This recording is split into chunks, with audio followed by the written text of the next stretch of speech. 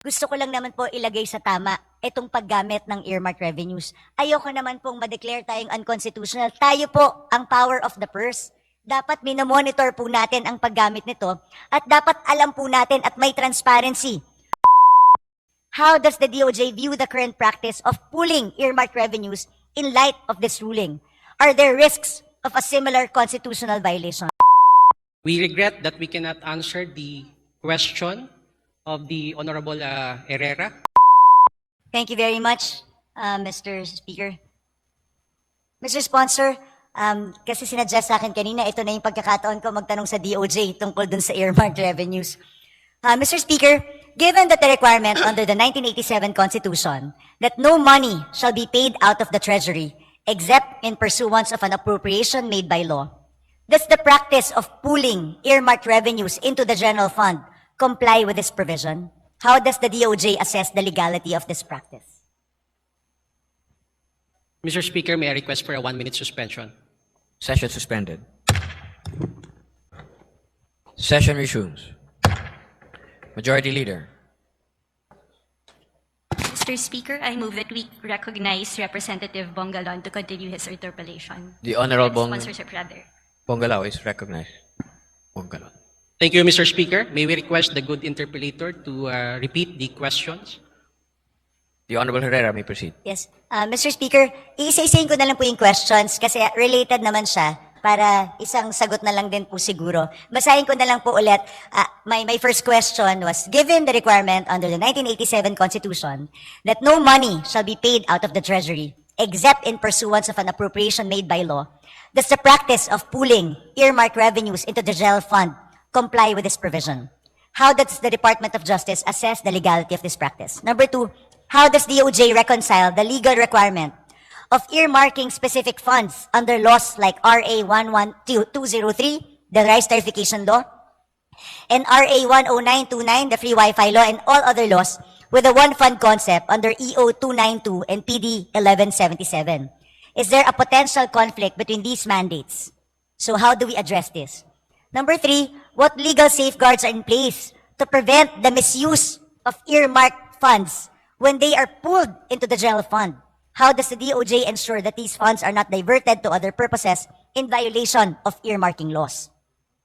Number four, under PD 1177 and EO number 292, there are provisions allowing the reversion of unused special funds to the general fund. Can DOJ provide clarity on the legal circumstances under which such reversions are allowed and how this aligns with the original purpose of earmarked funds?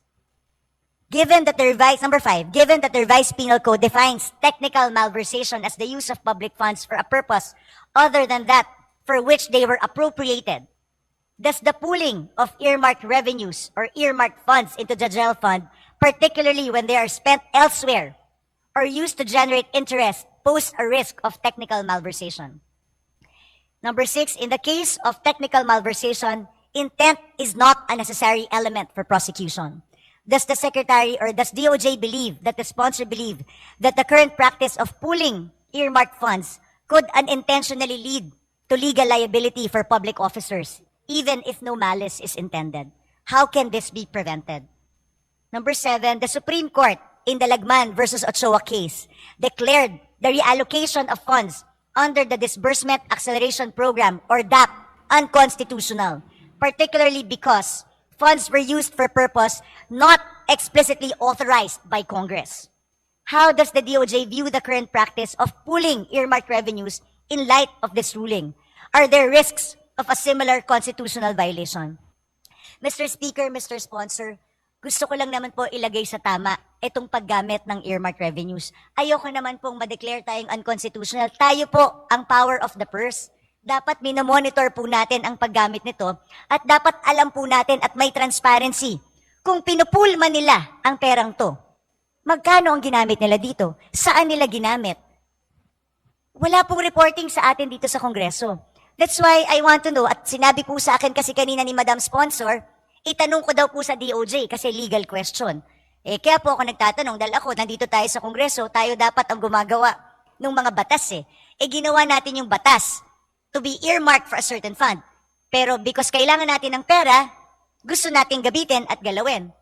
ang tanong kasi, ano ba ang legal basis kung pwede ba natin talagang gamitin itong pondong naka-earmark para sa isang bagay? Yung cash. Mr. Speaker, Mr. Sponsor. Mr. Speaker, distinguished colleague, we regret that we cannot answer the question of the Honorable Herrera because this would amount to giving advisory opinion.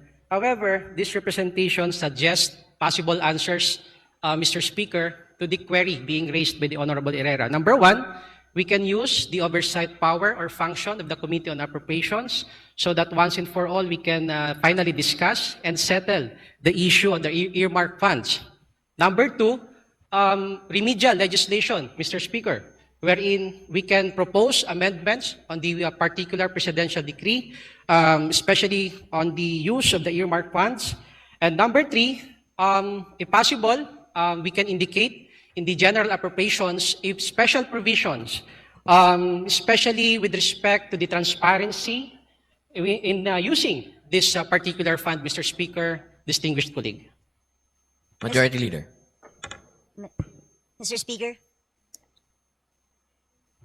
Yes. Mr. Speaker, precisely, Mr. Speaker, talaga pong humihingi po ako sa Committee on Appropriations, baka dapat bago po natin ipasa itong batas na ito, itong General Appropriations Act, once and for all, let us settle the issue of earmark revenues. Year in, year out, iba-iba po ang sagot sa atin ng DBCC. Last year, sinabi, hindi ginagamit yung pera. The other year, sinasabi, naka-intact siya. Then all of a sudden, this year, ginagamit na yung pera.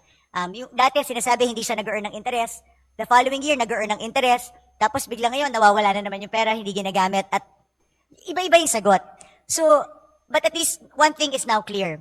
They said that they are using the money for habang siya ay hindi ginagamit for the purpose it was intended. Kaya, Mr. Speaker, ayaw naman po natin na ma-question tayo sa Supreme Court. Tayo po ang may power of the purse dito. Ayoko rin naman na yung pera, hindi natin alam kung kailan hiniram at saan ginamit nung hiniram. At paano po ang pananagutan kung hindi na kayang ibalik? Ito po yung mga kasagutan na I think has to be settled before we pass the GAA, Mr. Speaker, Mr. Sponsor. Sana po, as a sponsor of DOJ, pagtulungan po natin ito. Gusto ko lang pong ilagay sa tama. The one fund concept is a beautiful concept which was passed as a presidential decree during the time of President Marcos Sr. in 1977.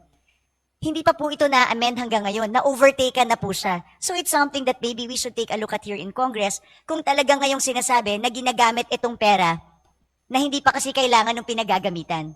I just want na maayos ito para may matinong sistema and transparency. Again, it has to be reported to us. There has to be transparency every time they use the money. Kasi, yun, Mr. Speaker, Mr. Sponsor. Majority Leader. Thank you, Mr. Speaker. We join the desire of the Honorable Herrera, as well as the sponsor of the Department of Justice, to track the fiscal management of earmarked funds and ensure transparency in the collection and expenditure thereof. And as earlier agreed between the sponsor and the Honorable Herrera, the Committee on Appropriations, through the sponsor, has been requested to exercise its oversight as the body responsible for the disbursement together with the Executive Department. Second, a special provision in the national budget or in the General Appropriations Act for 2025 will be considered by the Committee on Appropriations to address lapses in the law, as well as number 3, the possible consideration of amendments to EO 292 as well as Presidential Decree 117 to ensure that future appropriations of earmarked funds will be tracked and will be transparent, not only to satisfy today's deliberations with the Honorable Herrera as well as the sponsor, but for future generations to ensure transparency in the use of public funds as required by the Constitution. Therefore, Mr. Speaker, we, as part of the majority, we give this commitment to the Honorable Herrera together with the sponsor, the Honorable Bongalon for the Department of Justice. Mr. Speaker, bago po natin ipasa ang GAA natin po sana at magkaroon na po tayo ng transparency or malagay na natin sa special provision as to the transparency of the use of the earmark revenues, Mr. Speaker. Mr. Speaker, during the period of amendments, the small group to be requested will report to the Committee on Appropriations, and the Honorable Bongalon will ensure that the special provision requested to track the fiscal management of these earmark funds will be considered during the period of amendments. That's all, Mr. Speaker. Honorable Herrera. Mr. Speaker, and of course, yung mapag-usapan din po natin during the oversight before we pass the budget. If Absolutely, it's really Mr. legally, it's something that we can really do. Kasi syempre may-ari, naka-earmark siya sa agency. Hindi ba dapat ipaalam, kaya nga maraming dapat pag-usapan kasi hindi ba dapat ipaalam muna doon sa agency na yon, nahihiramin yung pera bago siya gagamitin? Mr. Speaker, can I request that the Honorable Bongalon be recognized to assure the minority that the request for discussions over the oversight of these funds will be The Honorable Bongalon is considered recognized. during the deliberation? Thank you, Mr. Speaker. Again, given that the DOJ cannot give its legal opinion on the matter, as mentioned earlier, we can exercise the oversight function of the Committee on Appropriations with respect to the issue of the earmark funds and also the practical solution wherein to draft a special provision to ensure the transparency of the use of these earmark funds. Mr. Speaker, distinguished colleague. Honorable Herrera. Mr. Speaker, Mr. Sponsor, hintayin ko na lang po yung oversight function. Isa lang pong interest natin dito to make sure na hindi technical malversation ang paghiram ng pera para sa pondong naka-earmark para sa isang specific program or project. Yun lamang po, Mr. Speaker. Maraming salamat po. Mr. Sponsor, thank you. Thank you, Honorable Yes, Herrera. distinguished colleague. Thank you, the Honorable Bongalon. Majority Umani naman ito ng iba't ibang reaksyon mula sa ating mga netizens. Ayon kay Bayani Rivadala, tama po kayo Madam Herrera, hanapin po ninyo ang perang nawawala. Pahayag naman ni Yelzer Sayar, good job Congresswoman Herrera, mahirap kausapin ang nagtatakip ng mga katiwalian. At ito naman ang saloobin mula sa ating kababayan na si Silly Baltazar, may punto si Herrera, sunog na sunog kayo kay Madam. Nagmukha tuloy kayong kawawa at mga buhaya sa gobyerno. Mga kababayan, feel free to comment below para maglabas ng saloobin sa balitang ito.